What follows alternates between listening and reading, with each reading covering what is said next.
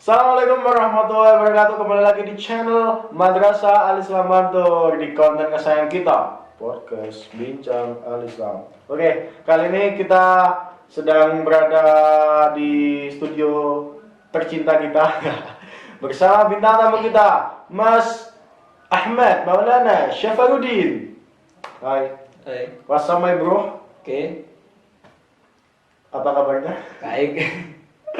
Gimana di selama pandemi ini kegiatannya nih, Pak? Ya, kalau sekarang ini saya sudah mendapat pekerjaan di sebuah warung makan. Baru makan. Ya, yang dulunya itu bekas dulu prakerin. Oh, prakerin. Ya, Sebelum kita lanjut ke prakerin dulu, kita perkenalan dulu nih siapa nih Mas Ahmad Maulana Syafarudin atau Udin sedunia nih. Sebetulnya sih gitu. ya. Nama saya Ahmad Maulana Safarudin. Biasanya panggilan teman itu ya Udin gitu. Mas Udin. Terus pertama kali kenal Al-Islam itu waktu SD itu juga sudah dikenalkan sama salah satu guru namanya Ibu Syarifah bahasa Arab. Oh, yang kemarin nih bintang tamu. Ya, jadi bintang tamu yang kemarin itu. Itu dulunya kan rumahnya dekat dengan saya. Orang tuanya itu guru ngaji saya dulu. Satu desa berarti ya? Iya, satu desa. Dikenalkan kalau mau melanjutkan sekolah ke Al-Islam aja, ada pondoknya juga.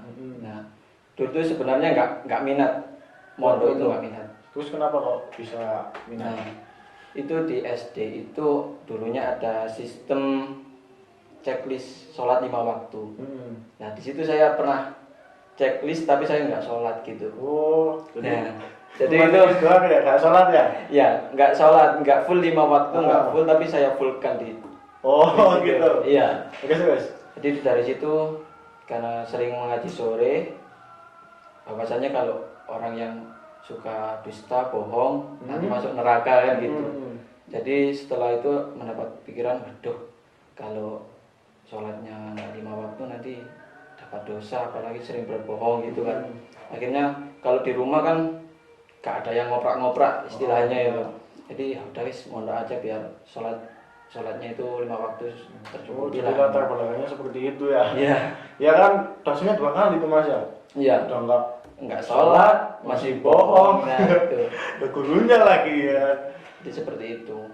Kemudian Mas Udin ini buat kalian guys ya. Jadi lulusan tahun kemarin nih. Jadi kakak kelas saya yang paling ini. Yang paling apa ya? Ya pokoknya kakak kelas saya lulusan tahun kemarin ini. Masih baru-baru. Masih baru, masih hangat, fresh graduate.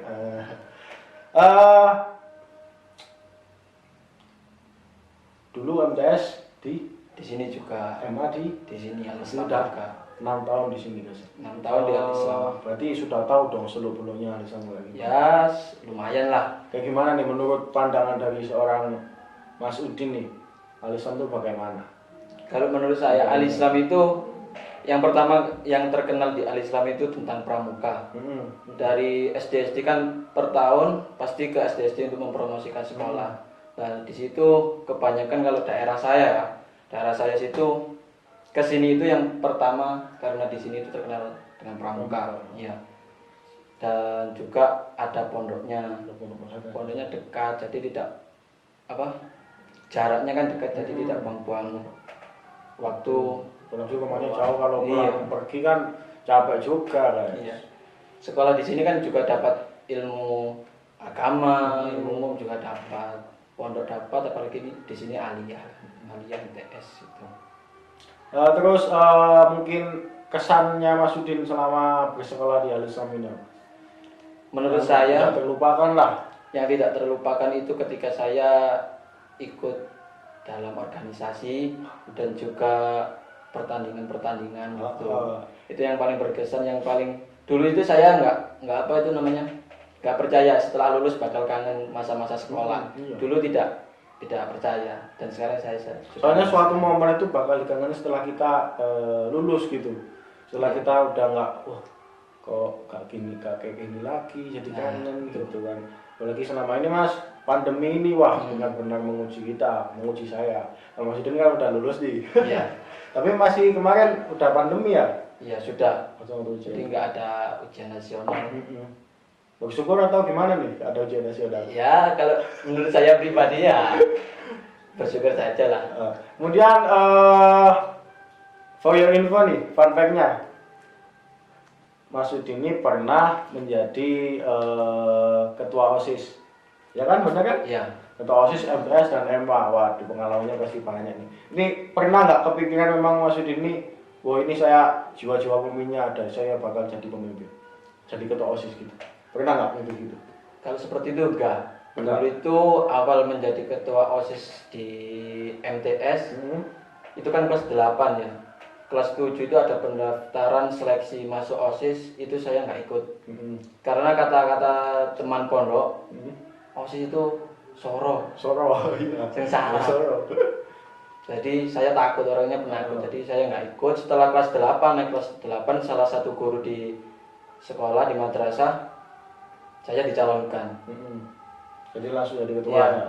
Jin, kamu saya calonkan jadi ketua OSIS. Saya berpikir, iya deh, itu. Iya deh. Karena seorang guru, berarti kalau seorang guru itu mempercayai saya kan, berarti kalau mau dicalonkan itu. Terus pas waktu ditunjuk itu yakin nggak bakal jadi atau kepilih gitu? Soalnya kan pasti ada pemilihan juga lah. Iya. Enggak kepikiran. Nggak kepikiran juga. Enggak. Soalnya pesaing saya juga orangnya ya. Iya. Masih ingat nggak apa visi-visi? Soalnya lucu ya kalau kita mungkin masih SMP. Iya. Kalau saya dulu ya, saya pernah cerita kemarin tuh visi-visi saya jujur langsung ngopas dari website Google. Dulu itu Kalau dari Mas Udin gimana nih? Atau memang mikir sendiri atau gimana? kalau yang MTS dulu itu saya dibuatkan dulu itu. Dibuatkan Ya, dibuatkan oleh seseorang yang juga anggota OSIS lama. Itu dibuatkan 1 hari sebelum penyampaian visi misi. 1 hari? Iya. Waduh. Cuma itu intinya cuma memajukan madrasah gitu aja. Pasti ada itu majukan madrasah itu. Udah turun-temurun itu visi itu. Boleh disebutkan nggak mungkin apa aja? Visi-visi kalau ingat. Ya, seingat saya cuma itulah memajukan madrasah, terus memperbaiki sistem organisasi lama gitu. Cuma itu saja ya yang ingat. Ya itu aja. Kemudian lanjut ke MA nih. Ke MA juga jadi ketua OSIS juga nih. Tapi udah matang dong, soalnya punya pengalaman dari MTS. Ya lumayan sih kalau MA-nya itu sudah lumayan punya pengalaman, soalnya MTS. Kalau MTS dulu belum punya pengalaman sama sekali. Ikut OSIS saja nggak pernah langsung ditunjuk menjadi calon ketua. Dan akhirnya terpilih juga. Itulah. Kemudian Mas Udin ini juga, jadi Mas Udinnya ketua, jadi saya wakilnya guys waktu itu. Ini wakil saya. Jadi best friend nih. MTS juga kan dulu. MTS juga dulu. Iya. Jadi MTS ketuanya Mas Udin, wakilnya saya, emangnya ketuanya Mas Udin Kembali ya, lagi. saya gitu. Gak Jadi bisa sudah ada, ngomong ya. sudah ada chemistry gitu lah. Terus hal apa yang bisa diambil dari seorang Mas Udin sebagai pemimpin atau ketua bersama? Ya kalau dulu itu ya menurut saya menjadi seorang ketua Susah nggak sih jadi ketua menurut Mas Udin? ya susah, ada susahnya sih. Ketika ada bawahan anggotanya ada yang salah, dari atasan wakil kesiswaan atau pembina OSIS itu tidak akan langsung menunjuk ke anggota, Pasti langsung ke ke ketua. ketuanya itu. Itu bagian dari tanggung jawab ya. Iya. Besar sekali. Belum lagi kalau ada misalnya konflik-konflik salah paham gitu Nah, kan. iya itu. Kita yang menyelesaikan.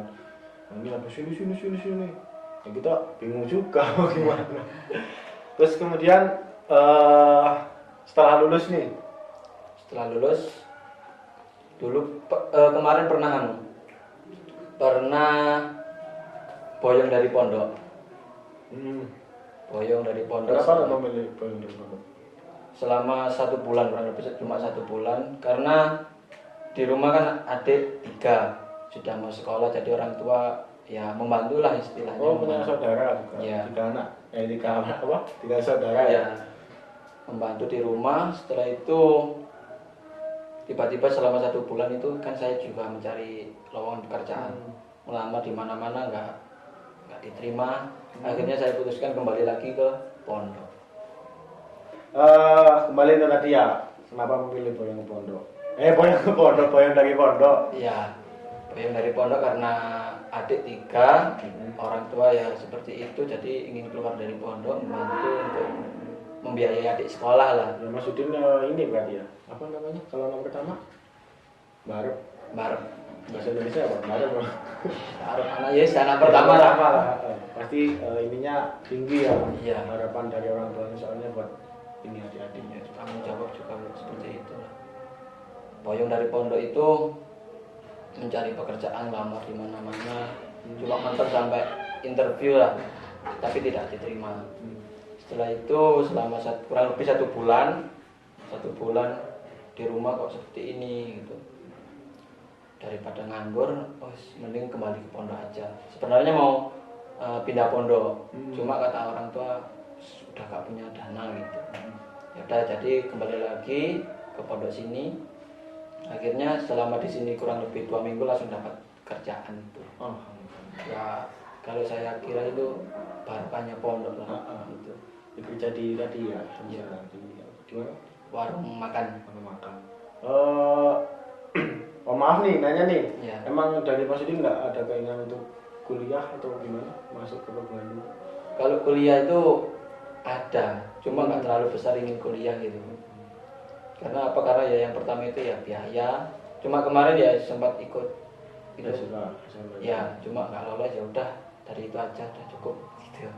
Kemudian Mas Udin kan tadi bilang sempat ditolak sama pekerjaan.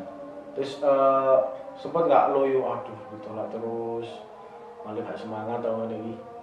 Ya itu ya pernah. Terus kata ibu itu kan aku bilang ke ibu, "Bu, lek ngene iki wis koyoke gak itu kan angel." Angel wis. Terus kata ibu, "Ya berarti sampean aja nih kon ngewang ibu di oma gitu." Tapi setelah itu ya udah minta izin ke ibu, kembali ke pondok. Soalnya kata-kata guru kita, emang kehidupan yang sebenarnya itu setelah kita lulus dari sekolah ya. Iya. Kehidupan baru benar-benar dimulai gitu. Kemudian selain kesibukan lain sama pandemi ini memang gimana? Dari restorannya tetap ramai atau gimana? Ya berkurang lah. Berkurang ya? Iya. Dulu waktu prakerja itu ya sangat ramai setiap hari. Tapi kalau sekarang udah hari-hari tertentu aja, seperti hari libur, hari Minggu gitu. Kalau dulu setiap hari ramai, kalau sekarang enggak. Jadi kita tanya, mungkin ada yang belum tahu prakerin itu apa, Mas Udin? Prakerin itu praktek kerja industri. Ya. Jadi suatu program yang dijalankan, mungkin dari angkatannya Mas Udin ya? Iya. Dari yang pertama merilis prakerin angkatan saya. Dan alhamdulillah selain saya juga ada yang sudah bekerja juga di sana. Itu ditarik atau memang? Iya. Oh iya. Ya, dari sana langsung menghubungi, ditelepon, akhirnya udah dapat kerja apa belum? Belum. Jadi memang dinilai dari kerjanya, cara Iya. kerjanya, dari prakteknya tadi ya. Iya benar gitu. Jadi ada manfaatnya juga gitu Mas. Kemudian mungkin ada kesibukan lain dari Mas Udin nih selain kerja atau punya hobi-hobi lain mungkin? Ya kalau hobi banyak. Hobi banyak. Apa aja nih? Kalau liburan atau yang boyong 1 bulan itu saya isi itu kalau nggak memancing, volley. Ya volley juga. Saya kan suka reptil, terutama ular. Reptiler ya. Ya. Ular itu keturunan sih. Suka ular itu keturunan dari kakek. Iya kakek. Dari keturunan. Kakek juga suka ular. Bawa nggak ininya?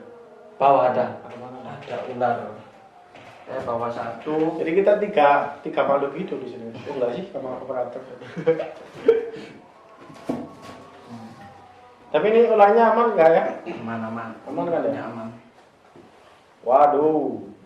Ini baru dapat 1 minggu yang lalu dari seseorang. Ini bukan punya saya sih. Cuma saya pinjam lah. Ini jenis apa? Ke kamera dong. Hai. Ini ini jenis Halo. ular pembelit. Pus. Reticulatus python. Emang dari belikan ini ya? Atau Enggak, ini dikasih. Kasih hasil breedingan. Breeding dari Breeding itu apa, Mas? Tangkaran. Jadi emang sudah jinak ini ya? Iya. Tapi kadang gigi nggak sih? Sejinak-jinaknya ular, yang namanya ular pasti Pasti gigit. gigit juga. kalau sedang stres ataupun moodnya Bisa hilang stres nggak? bisa. Ini bisa stres. Penyebab stresnya itu apa? Putus? Nah, itu kalau manusia, kalau ular itu biasanya kalau sakit, waktu sakit. Biasanya kalau ini sakitnya itu ular itu yang sering pilek. Pilek. Ya, musim dingin. Ada ininya juga, inusnya juga. Ada. Oh. Itu ular. Terus sabarnya apa mas kalau sakit pilek misalnya? Biasanya kan kalau ular asli liar kan. Apa nalurinya liar. Kan di alam nggak ada obat itu. Dia bisa mengobati dirinya sendiri. Wah, Dengan caranya diri sendiri. guys. Jadi kalau punya saya yang sakit gitu ya udah pokoknya kandangnya dibersihkan, rutin dijemur di pagi hari itu aja.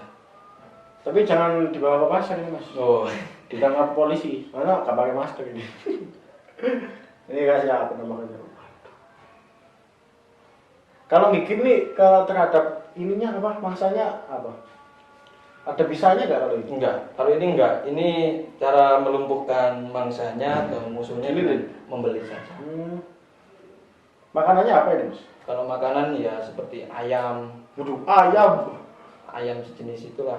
Daging. Itu ayam butuh gitu. Iya, betul. Kadang cuma dihilangkan apanya? Paruhnya sama yang tajam di kukunya itu aja. Tapi semua masuk ya? Masuk. Waduh, gila. Kadang ada yang 1 minggu 1 kali, ada yang 2 kali, ya tergantung jenis apa besar ularnya aja. Kalau Mas Udin pelihara apa? Ularnya?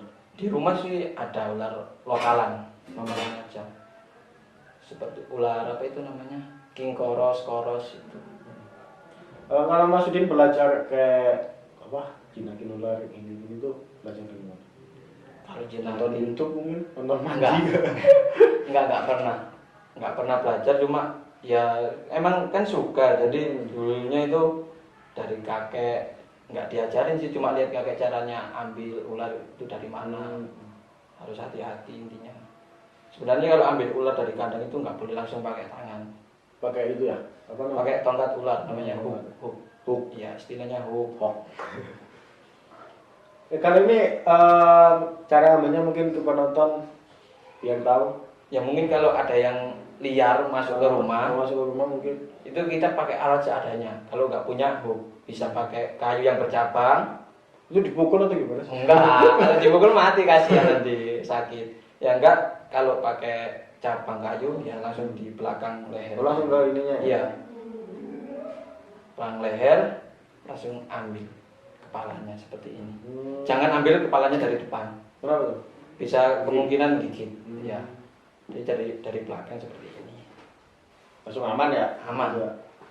Dan kalau ular liar jangan dibuat mainan. Setelah ditangkap seperti itu langsung masukkan ke kantong. Ya. Ya, siap. Terus ininya apa? Kulitnya apa sih namanya itu? Bersisi itu loh. Oh, ganti kulit, Oh, shading. kulit. Ya, shading. Itu biasanya 1 bulan lah. Itu dibantu atau memang kulit sendiri? Ya biasanya ada yang dibantu, ada yang bisa sendiri. Kadang kalau gagal shading itu ya bahaya, bisa menyebabkan sakit jamur, ada jamur juga bisa. Cacingan juga. Ada kutu juga biasanya ada kutunya. Tapi ini bersih, ini terawat kalau yang ini. Itu mau diperjualbelikan kalau lari. Kalau ini kita kisaran harganya berapa? Boleh dong. Kalau ini kan klasik ya. Yang intinya ori, tapi ini harganya itu nggak mahal. Mungkin kisaran 100 sampai 150. Kan Peter ini jenisnya banyak. Dulu itu aku beli itu Reticulatus pattern yang jenis tiger. Ya, Macan lah itu. ya. Itu umurnya 1,5 bulan, harganya 500.000. Itu lidahnya ya? Ya, ini lidah. Emang nggak ada bisanya atau apa gitu? Nggak ada bisa, cuma kadang ada bakteri kan, makanya seperti ayam juga kan nggak mungkin kalau ayam yang benar-benar bersih kadang. Kalau gigit kalau misalnya ke manusia gitu? Kalau saya kadang bengkak, saya pernah digigit yang besar, lebih besar dari ini. Itu cuma bengkaknya di sini. Ada bekas gigitannya pastinya. Ada dulu tuh. Terus nyeri atau mungkin badan pusing-pusing gitu nggak? Kalau nggak tawar ya itu pasti badannya panas. Terus mungkin ada ini nggak antisipasi, mungkin ada yang kegigit langsung gimana nih cara ini? Kalau misal kegigit ular seperti ini ya, yang saya tahu, ini ala saya sendiri tadi. Ketika digigit jangan langsung ditarik. Soalnya tarik gini. Iya. Kalau misal digigit, kalau di kerumunan seperti ini kan banyak orang. Segera minta tolong aja, disuruh ambilkan air. Biasanya ular jenis python ini kalau gigit gigit orang, itu ketika kan langsung melilit yang digigit itu, langsung siram pakai air aja, air biasa.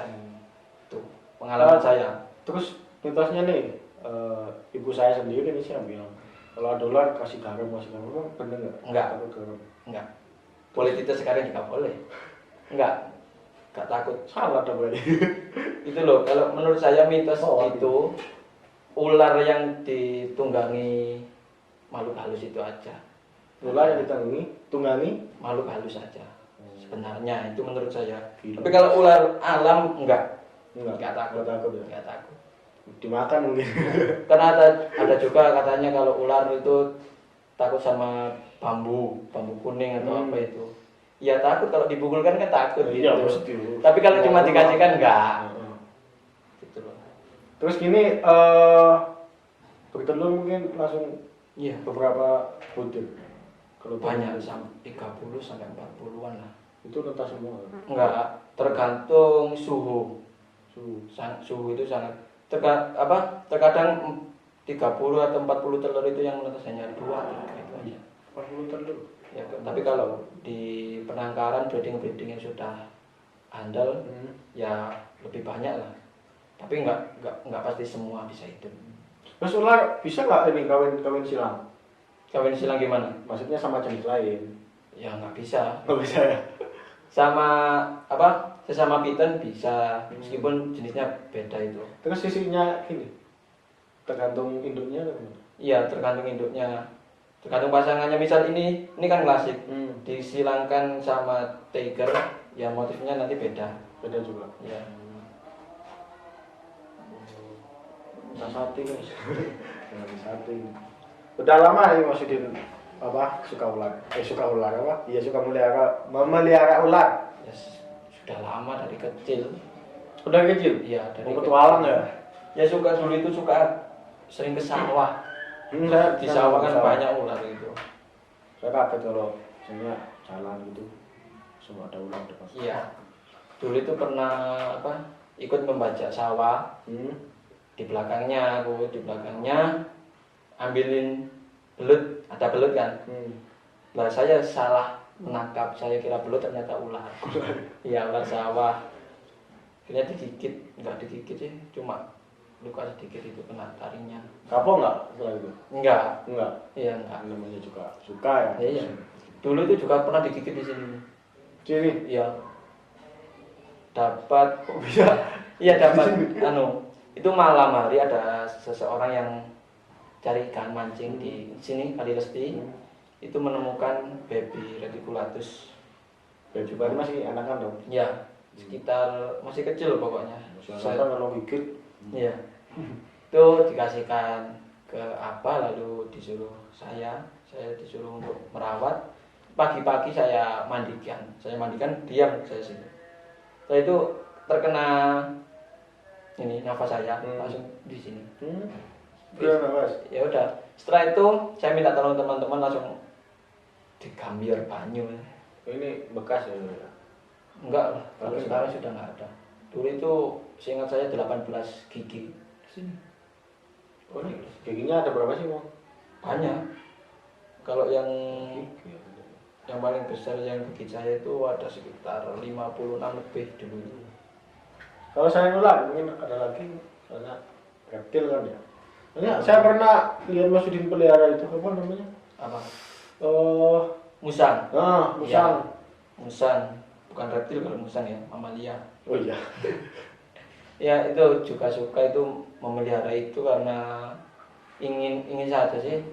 Kalau kucing kan semua sudah punya lah istilahnya. Kalau kucing umum lah. Kalau menurut saya musang itu unik, apalagi musang panjang itu. Kaget guys, kenapa?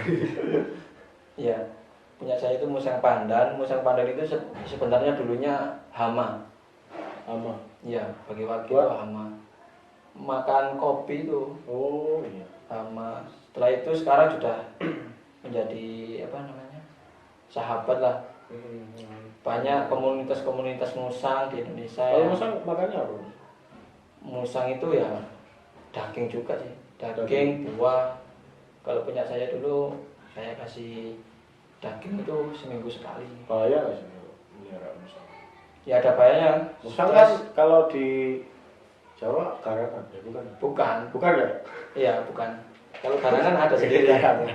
Garangan ada sendiri, musang ada. Oke, itu kita sudah berbincang-bincang tentang dunia hewan ya, terutama dunianya reptil ular ini. Oke, ini Mas diminum dulu Mas. Oh iya. Udah berbincang Sangat lama. gerah. Bismillahirrahmanirrahim.